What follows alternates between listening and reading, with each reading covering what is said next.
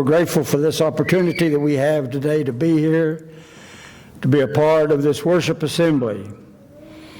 Father, as we have come together, may it be for no other purpose than to worship. We're thankful, Father, for this opportunity to come and to sing these songs of praise and to offer our offerings to you, Father, and to listen to a part of your word. May we apply it to our lives, Father, that we might be better servants in your kingdom. Now go with us through this day, Father. May we focus on the things that's important. In Jesus' name we pray. Amen. One of the sins that seems so easy today because of the culture in which we live basically is the sin of covetousness. Our advertisers take advantage of that when they have the commercials and things of we think we can't live without. And a lot of times we think that these items are something that we really need when actually they're just things we want. The other day I found myself going into a restaurant and they come to take my order. And they said, well, what do you want? And I said, I need a hamburger. No, I don't need a hamburger. I wanted a hamburger.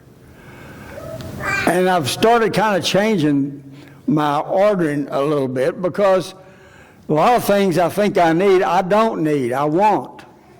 And we have to be very careful in the society in which we live in because we can sure easily misconstrue what is needed and necessary compared to what I want.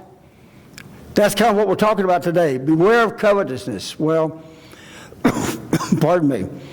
We're going to look at some things. Incline my heart to your testimonies and not to covetousness. In other words, if you're going to focus on something, don't focus on your desires, what you want, what you need, but rather the testimonies of God. Let that be your focus. In Colossians 3, verse 5, therefore put to death the members which are on the earth, fornication, uncleanness, passion, evil desire, and covetousness, which is idolatry. Now, isn't that interesting? Covetousness, which is idolatry. What is covetousness? Well, that's when basically we have this insatiable appetite for things, for stuff. And we confuse these wants with our needs. And that becomes what we basically focus on in our life. It's things that we put before God. That's why it's called idolatry. You see, anything that we put before God is a sin. Whether it be the things that we do, the recreations that we enjoy, our jobs, families. If we put anything before our God, that's a sin. That's the sin of idolatry. And since covetousness involves things, and we put those things before God, then that makes it a sin of idolatry. What we're going to do now is to look at, in the life of Jesus, in Luke chapter 12, an incident that happened to Jesus. Jesus has been talking about God's care and concern for us. He talked about how even the sparrows of the field, God takes care of. And he knows, he's concerned, even with the number of hair on our head. And so he's talking about these very important topics when all of a sudden this man breaks through the crowd. I can see him fighting his way through the crowd. You know, there's always those people that think that their concerns are more important than anyone else's. And I don't think he has heard a word that Jesus has been preaching. So he pushes his way through the crowd and he says, "Teacher, make my brother give me my inheritance." Well, Jesus stopped and looked at this individual. I would love to have been there to see that look. And he said, "Sir, who made me a judge and an arbitrator over these matters?" Basically saying, that's none of my business, that's your business. But notice verse 15. If you have your Bibles, look at verse 15. Look at what Jesus did say. Now, notice, he said to him, "Beware of covetousness. Take heed and beware of covetousness, for one's life does not consist in the abundance of things he possesses." Your life is not determined by the things that you have, the stuff. We have kind of made it that way, but that's not the way it is. Let me tell you a truth. This is a truism. We're going to stand in judgment one of these days, and I promise you, God is not going to ask you what you drove on this earth. He's not going to ask you how much land you had. He's not going to ask how many square foot did your house have. That's not going to be the kind of questions that Jesus is going to ask us in the judgment. That's not what is important to Jesus. And whatever is important to Jesus needs to be important to us. Now, he turns his attention to the multitude. And the Bible says, he says to them, "The ground of a certain man yielded much." Now, we're enjoying some of that yield this year. We've had good rains, and if you fertilize, you've got good green grass, and now you've baled your hay, and you got hay in your barns, you got hay out in the field, maybe even hay to sell. It's been a good year. This man had a good year, bumper crop year. God called in his servants to get the grain brought in. He had a problem. Always a good problem. He had so much grain, he didn't have anywhere to put it. So he said, "Tell you what I'm going to do. I'm going to tear down my old barns. I'm going to build bigger barns. I'm tearing down all my old silos. I'm building bigger silos. And then I'm going to take my ease. I'm going to prop up my feet. I'm going to get me a glass of sweet tea, sit there in front of the television and watch Gunsmoke all day long." That was his attitude. Count the number of times he uses a personal pronoun, I or me, in that passage. You'll count 11. 11 times. You see, it was all about him. We've got to be careful because life can be all about us. And that's on the verge of covetousness. First of all, we're told not to be self-focused. Sometimes we can't see the forest for the me's. I know it's supposed to be trees, but I've changed it just a little bit. We can't see the forest for the me's. Look at Ecclesiastes 2:18. Ecclesiastes 2:18. I like this. You know, a man sometimes makes a lot of sacrifices to get what he has. He works hard. He makes some sacrifices, and sometimes those sacrifices are quite costly. He can sacrifice his own health to get what he wants. Sometimes he can sacrifice his families. Sometimes he can sacrifice his relationship with the Lord just to have more. By the way, we need to determine something. We need to determine if what's going on in our life is about the things that we need or the things that we want. Now, okay, preacher, you mean to tell me we can't have the things we want? Of course not. Unless those things you want is going to put you in a place or put it in a place that's before God, then yeah, I'm telling you, that's a sin. But there has to be that balance.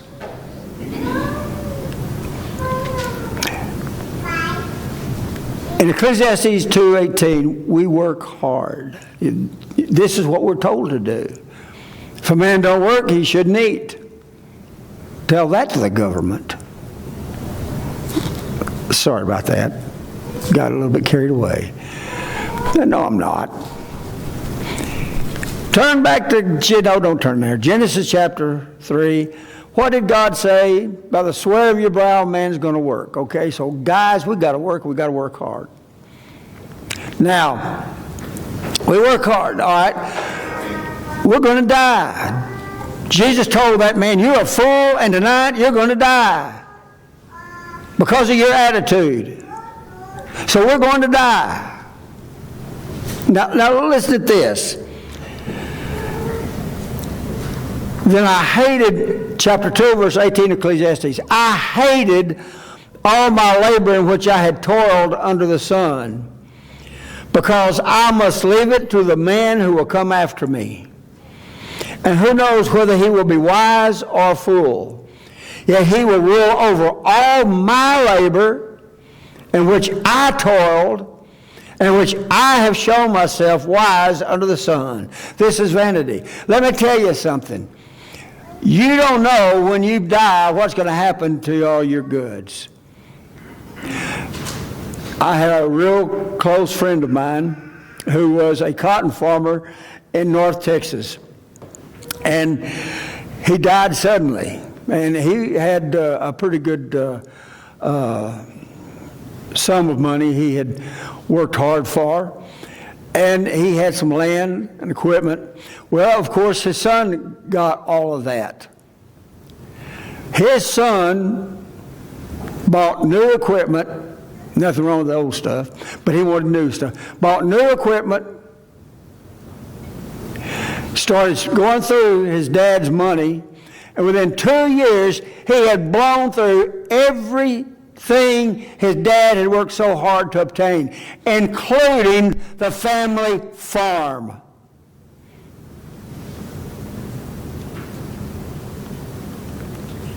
Where is the gain in that? Someone said, I worked hard, and what's going to happen when I die? Somebody's going to fool around and lose it. You know what happened, by the way? You know what happened to Solomon after he died? Rahab comes along, his son, and divides the kingdom. The kingdom became divided. Solomon knew what he was talking about. The things that we think are so important. A fool gets it and blows it. His whole thinking, everything under the sun, is vanity and a vexation of the spirit. The only thing really worthwhile in our life is our faith. Don't worry about stuff. Stuff is just what it is. It's stuff, and one of these days, at the very end, it's all going to burn up. I don't care how much it costs or what it's worth to us. It'll just burn up. In the very end. Verses 32 through 34 of Luke 16. Or excuse me, Luke 12. Turn over there, if you haven't turned to that yet, turn to Luke 12. Look at verses 32 through 34.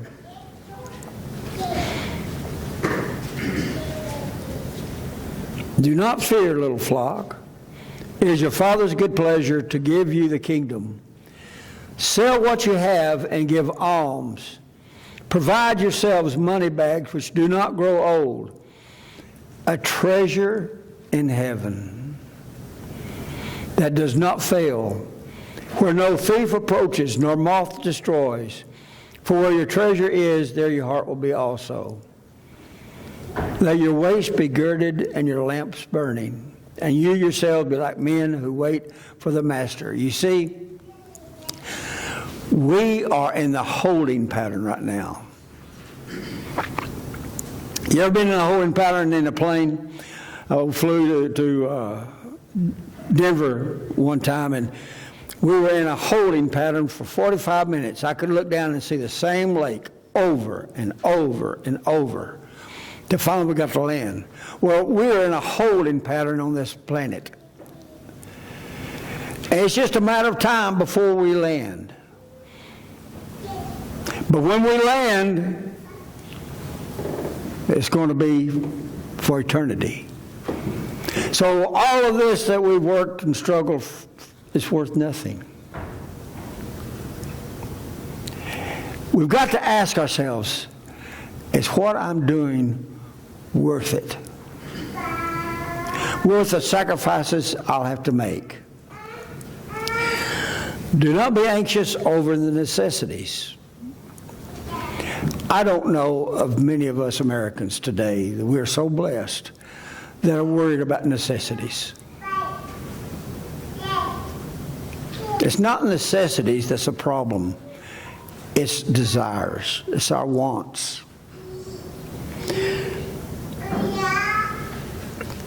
As we just read, our heart follows the treasure. Where your treasure is, there will your heart be also.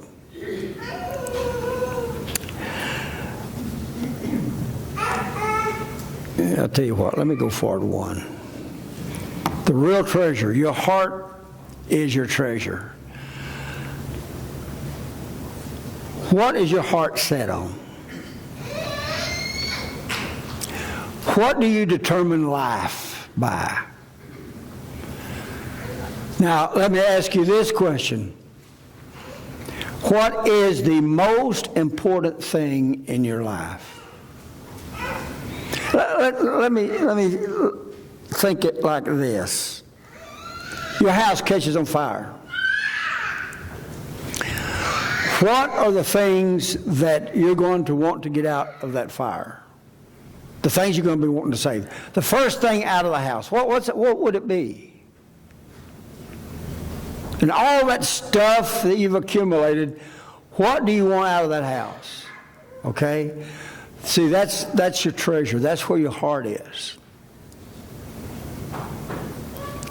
Now, in your life, what is the most important thing? Because that's where your heart is with your treasure. If your treasure is stored up in heaven, where the moth can't consume or thieves can't steal, then there's your heart in heaven. Jesus said in Matthew 6, verse 33, seek ye fourth or fifth the kingdom of heaven, and all these things shall be added unto you. No, that's not what he said, is it? Seek ye first. Now, if that's where your treasure is, the kingdom, then that's where your heart's going to be.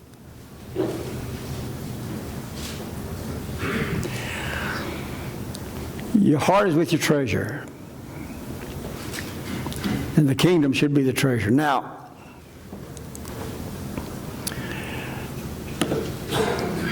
Jesus called this man a fool. The word fool means mindless, egotistical, ignorant, and unbelieving. Why? Why would he call this man a fool? Because that's exactly what he was. Because he used the word I too many times. Life was all about I. You know, wouldn't it have been a wonderful thing if he would have shared some of that with someone else that needed it? In fact, it was a Jewish custom to give part of your grain over to the poor. Leave a corner of your field. Don't harvest it, but leave it for the poor. This guy won't even do that.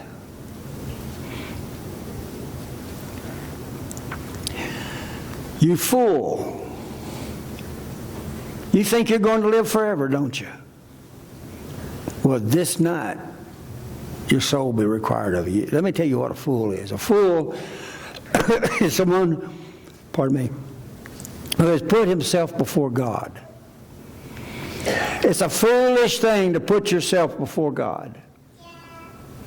A fool is one who thinks he will live forever. I remember years ago when our kids were small, we drew up a will. That was the hardest thing for me to do. Because I had to come to grips with the reality that I'm not going to live forever. Well, now that I'm 70 years old, that's not a hard thing to face. Because, yeah, I'm not going to live forever. But there's a time when you think you are going to live forever. And that is a foolish thing to do.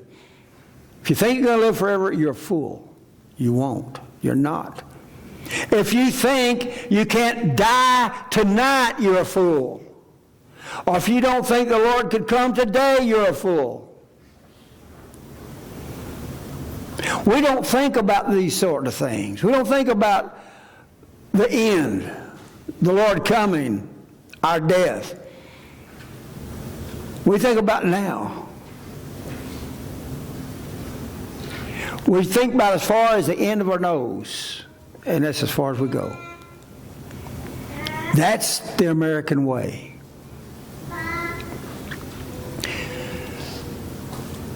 Jesus taught us something different. He taught us to live looking to the future and looking to the death. He knew he was going to die. A horrible death.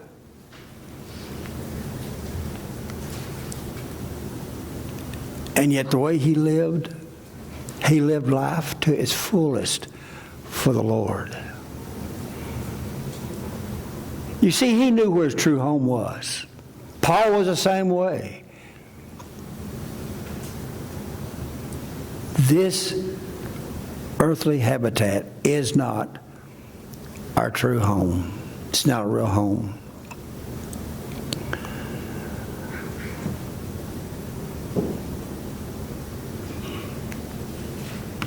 You know, when we think about this foolish individual, we have to think about our own decisions that we've made. I think each and every one of us can say that there's been times in our life where we have made some bad decisions, foolish decisions, based on wants. Looking back, there have been some difficult years. But you know what? I never lived in want. I never needed anything. Oh, I wanted a lot. And sometimes it was those wants that made me miserable. It's not what I had. It's what I wanted. Paul talks about contentment is great gain. This morning I want to encourage us to be wise in our thinking, to put the Lord first in our life. Everything that we do, everything that we have is nothing if we lose our soul.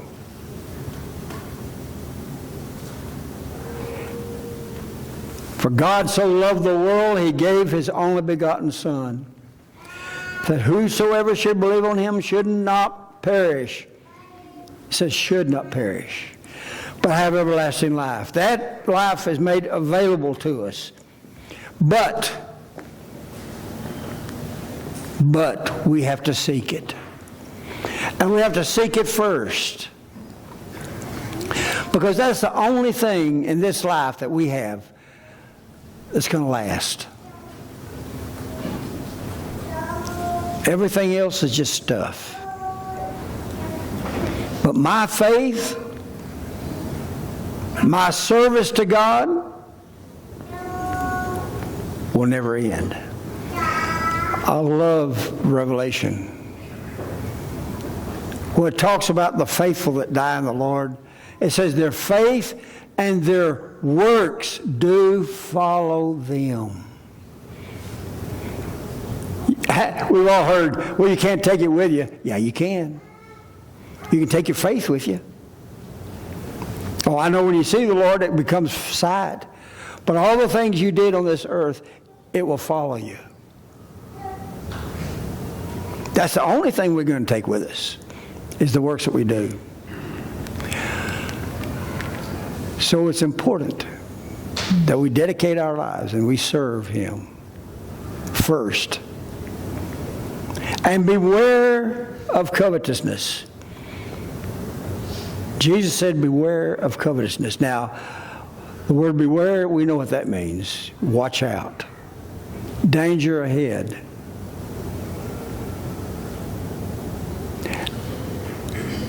Rick said something this morning I really liked, and I really hadn't thought about it like this. But you know what?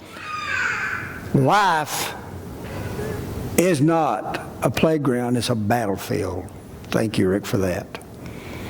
Life is not a playground, it's a battlefield. The Bible is full of stories of people who thought it was a playground, like the rich young ruler, which I'll talk about that another time. But it's not. It's a battlefield. It's a battle for our soul. And there's a lot of temptation, there's a lot of struggle to stay faithful. This morning, we have an opportunity. Let's say you're not a Christian. You've never been baptized for the remission of your sins. You've never made that great, wonderful, beautiful confession of Jesus Christ, the Son of God. Well, this morning you can do that. This morning you can turn your life over to Him. To the one thing in this life that you can take with you. To the one thing in this life that really does matter. You can become a Christian, have those sins wiped out, and start over. Christian, we have got a challenge. And that's not to live in the world, but to live above the world.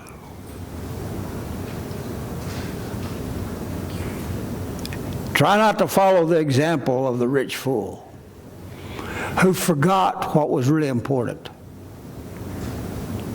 And his thinking was foolish.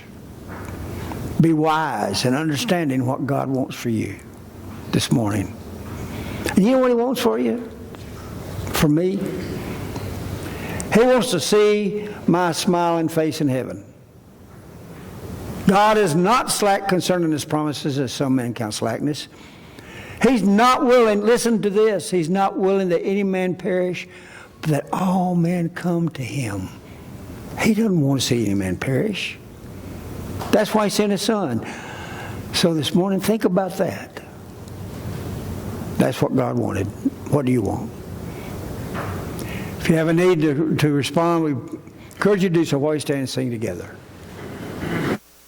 I bring